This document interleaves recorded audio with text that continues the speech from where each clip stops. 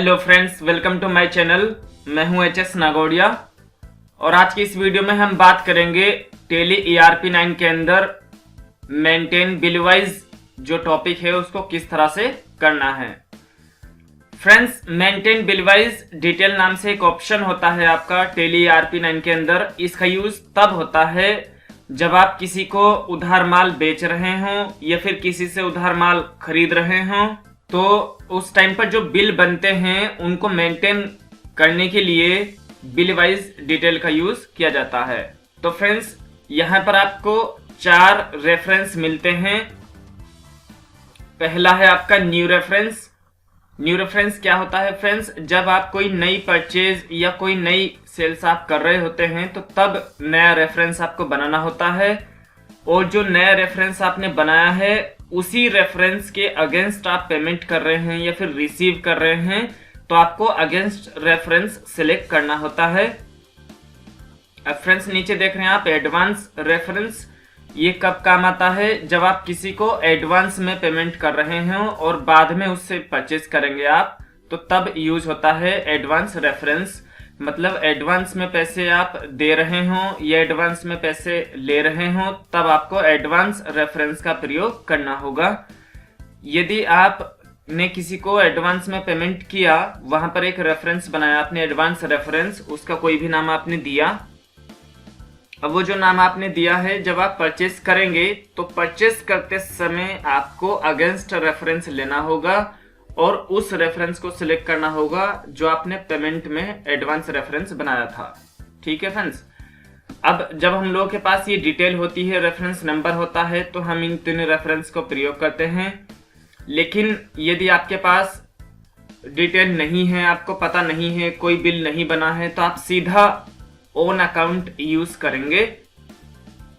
मतलब किसी को यदि आपको पेमेंट करना है, उसका बिल नहीं पता है, आपको कोई नंबर नहीं है, तो आप ऑन अकाउंट उसको पेमेंट कर देंगे। ओके फ्रेंड्स, ये होता है आपका बिल वाइज डिटेल।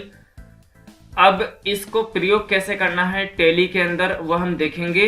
देखिए, यहाँ पर मैंने जो है न्यूमेरिकल तैयार किए हुए हैं आपको समझाने के लिए। देखिए, सबसे पहले आपको क्या करना है, स्टार्टेड अ बिजनेस नाम की एंट्री पास करनी है। मतलब आपने जो है 1 लाख रुपए लगाकर बिजनेस स्टार्ट किया, और फिर आपने जब बिजनेस स्टार्ट किया उसके बाद माल खरीदा राम से 6,000 रुपए का, जिसमें रेफरेंस नंबर है आपका NR01 और ड्यू डेज है 20 डेज। मतलब 20 डेज के अंदर अंदर हम लोगों को पेमेंट करना है। फिर से आपने माल खरीदा राम से ही 8,000 रुपए का, और दूसरा रेफरेंस नंबर बना जिसमें ड्यू डेज जो है वो 40 डेज है। फिर आपने राम को एडवांस में पेमेंट किए 9,000 और एडवांस रेफरेंस तैयार किया, और फिर से एडवांस में पेमेंट किया, 2 आपने एडवांस में एंट्री पास कर दी, और फिर राम से खरीदा जो एडवांस रेफरेंस में आपने बिल बनाया था उसके अगेंस्ट में, और फिर जो उसके पैसे रह गए जो कि आपने पहले उससे खरीदा था। तो फ्रेंड्स, आपने जो पहले 2 परचेज की थी उसमें जितने भी पैसे उसके राम के हमारे ऊपर हैं वो आप यहाँ पर पे कर देंगे। जो पहला रेफरेंस बना था NR01, उसके अगेंस्ट आप पेमेंट उसको कर देंगे। ठीक है फ्रेंड्स। तो फ्रेंड्स, जब आप इतना कर लेंगे तो इतना करने के बाद आपको रिपोर्ट देखनी है। तो कैसे रिपोर्ट्स देखेंगे वो हमने यहाँ पर बताया हुआ है। पहले gateway of Tally, display, statement of account, outstanding, ledger, select ledger and press enter, आपको रिपोर्ट उसकी मिल जाएगी जिसकी देखनी है। तो फ्रेंड्स, इसको सॉल्व कैसे करना है? सबसे पहला काम है आपका कंपनी बनाने के बाद एक्टिवेट बिलवाइज डिटेल, जो कि F11 F1 करके आप यस करेंगे। फिर आपको कुछ लेजर्स बनाने होंगे। जैसा कि आपने पहली एंट्री पढ़ी थी कि हमने बिजनेस स्टार्ट किया था, तो आपको कैपिटल अकाउंट का लेजर बनाना होगा, परचेस का बनाना होगा, राम का बनाना होगा, और जो व्यक्ति के लेजर हैं उनमें maintain balances bill bye bill को यस करना होगा। ठीक है फ्रेंड्स। अब देखिए, ये सारा जो काम है वो हम यहाँ से शुरू कर देंगे। तो फ्रेंड्स, ये हमने PDF तैयार की हुई है, आप इसको मंगवा सकते हैं हमें ईमेल करके या व्हाट्सएप करके। इसी के अकॉर्डिंग मैं सारी वीडियोस रिकॉर्ड कर रहा हूँ टेली ERP9 की। तो चलिए मैं आपको प्रैक्टिकली जो है बता देता हूँ। सबसे पहले तो हम लोगों को एक कंपनी क्रिएट करनी है, वो हमने कर ली है। अब आपको F11 F1 करना है। F11 F1 करने के बाद यहाँ पर आप देख पाएंगे मेंटेन बिल वाइज डिटेल नाम का ऑप्शन आ रहा है। नीचे वाला जो है for non trading accounts also, मतलब जिनसे हमारी ट्रेडिंग नहीं है उनके लिए भी आप जो है इसको यस कर सकते हैं। तो मैंने मेंटेन बिल वाइज डिटेल वाला जो ऑप्शन है उसको चालू कर लिया और उसके बाद आपको एंटर एंटर एंटर करना है या फिर कंट्रोल ए आप प्रेस कर सकते हैं। तो देखिए बिल वाइज डिटेल नाम का जो ऑप्शन है वो चालू हो चुका है। अब आपको क्या करना है, लेजर्स क्रिएट करने हैं। तो मैं अकाउंट इन्फो में गया, लेजर्स क्रिएट, और यहाँ से मैंने एक लेजर क्रिएट किया कैपिटल के नाम से, जो कि कैपिटल अकाउंट के अंदर जाएगा। Enter enter. और एक आपने यहाँ से राम नाम का लेजर क्रिएट किया, सन्ड्री क्रेडिटर, क्योंकि इससे हम माल खरीदेंगे। Enter enter enter. और फ्रेंड्स आप ध्यान रखिए, जब भी आप कैंडिडेट का लेजर क्रिएट कर रहे होंगे उसमें आपको maintain balances bill bye bill yes करना है। ठीक है फ्रेंड्स। और यहाँ पर क्रेडिट पीरियड्स आप यहाँ भी दे सकते हैं या फिर क्रेडिट पीरियड वहाँ जब आप एंट्री पास करेंगे वहाँ पर दे सकते हैं। तो मैं यहाँ पर नहीं दे रहा हूँ, वहीं पर दूंगा। एंटर एंटर किया आपने। और फिर यहाँ से जब आप इससे परचेज करेंगे तो एक परचेज के लेजर की आवश्यकता पड़ेगी। तो मैंने परचेज का लेजर यहाँ से क्रिएट किया जिसमें इन्वेंट्री वैल्यूज आर अफेक्टेड, आपको यस रखना है। Enter enter enter. ठीक है फ्रेंड्स। तो हमारे 3 लेजर जो है वो तैयार हो चुके हैं। अब फ्रेंड्स वहाँ पर हम देख लेते हैं कि जो एंट्री है वो कौन कौन सी हमें पास करनी है। देखिए पहली है स्टार्टेड अ बिजनेस, ये वाली एंट्री हमें करनी है। तो उसके लिए आपने जो है अकाउंटिंग वाउचर में गए और यहाँ से F6 किया, क्योंकि फ्रेंड्स बिजनेस जो स्टार्ट करते हैं उसमें कैश अकाउंट आपका डेबिट होता है और कैपिटल अकाउंट क्रेडिट होता है। तो मैं 1 लाख से इसे क्रेडिट कर रहा हूँ। 1 2 3 4 5 एंटर एंटर। और यहाँ से कैश अकाउंट आपको लेना है और एंटर एंटर एंटर कर देना है। ठीक है फ्रेंड्स। तो फ्रेंड्स ये हमारी जो पहली एंट्री है वो हो चुकी है। अब आप यहाँ से दूसरी एंट्री देख सकते हैं। दूसरी एंट्री में क्या है फ्रेंड्स, यहाँ से आपको जो है परचेज करना है। देखिए यहाँ पर आप देख पा रहे होंगे परचेज गुड्स फ्रॉम राम 6000 का हमने उससे परचेज किया।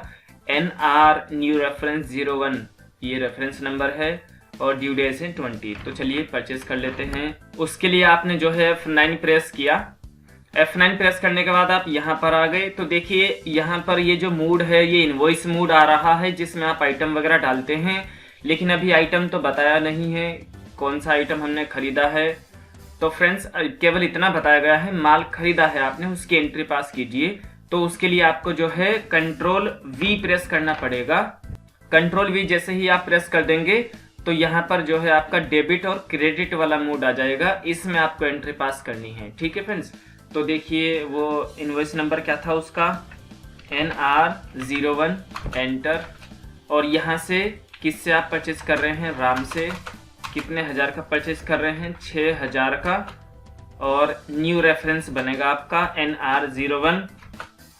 और ड्यू डेज कितने हैं वहाँ पर, देखिए ड्यू डेज आप देख पा रहे हैं यहाँ पर 20 डेज हैं। तो यहाँ पर मैं 20 डाल दूंगा। Enter enter enter. और यहाँ से परचेज अकाउंट आपका डेबिट हो जाएगा। ठीक है फ्रेंड्स। एंटर एंटर और एंटर। तो इस तरह से आपकी पहली जो एंट्री है वो पास हो चुकी है। अब फिर आप देखिए यहाँ पर फिर से आपने परचेज किया है, राम से ही परचेज किया है। दूसरा रेफरेंस नंबर बना यहाँ पर NR02 और इस बार ड्यू डेज जो है वो 40 है और 8000 का आपने परचेज किया है। तो फिर से देखिए यहाँ पर NR02 मैंने यहाँ पर डाला और फिर से राम से परचेज कर रहे हैं हम 8000 का। और यहाँ से रेफरेंस नंबर ये रहा आपका और इस बार 40 डेज जो है ड्यू डेज हैं आपके। Enter enter. Purchase account enter enter. ठीक है फ्रेंड्स। तो ये आपकी दूसरी एंट्री पास हो गई। दूसरी एंट्री पास होने के बाद देखिए यहाँ पर आप फिर देख पा रहे हैं एडवांस पे टू राम, मतलब राम को जो है एडवांस में पेमेंट किया गया है 9000 का और जिसका रेफरेंस नंबर है AD01 और ड्यू डेज हैं 20। तो देखिए यहाँ पर जो है हम पेमेंट में चलते हैं और यहाँ से राम को पे करते हैं 9000 और यहाँ से आपको लेना है एडवांस रेफरेंस, क्योंकि एडवांस में पे किया गया है AD01 बोल रहा है वो वहाँ पर। ड्यू डेट 20 है, एंटर एंटर, और यहाँ से जो कैश है वो आप क्रेडिट कर देंगे।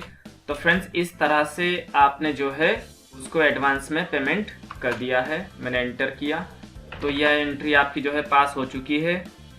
अब फ्रेंड्स यहाँ पर एडवांस पे फिर से है 7000, किसको, राम को, AD02, ड्यू डेट 30 है आपके।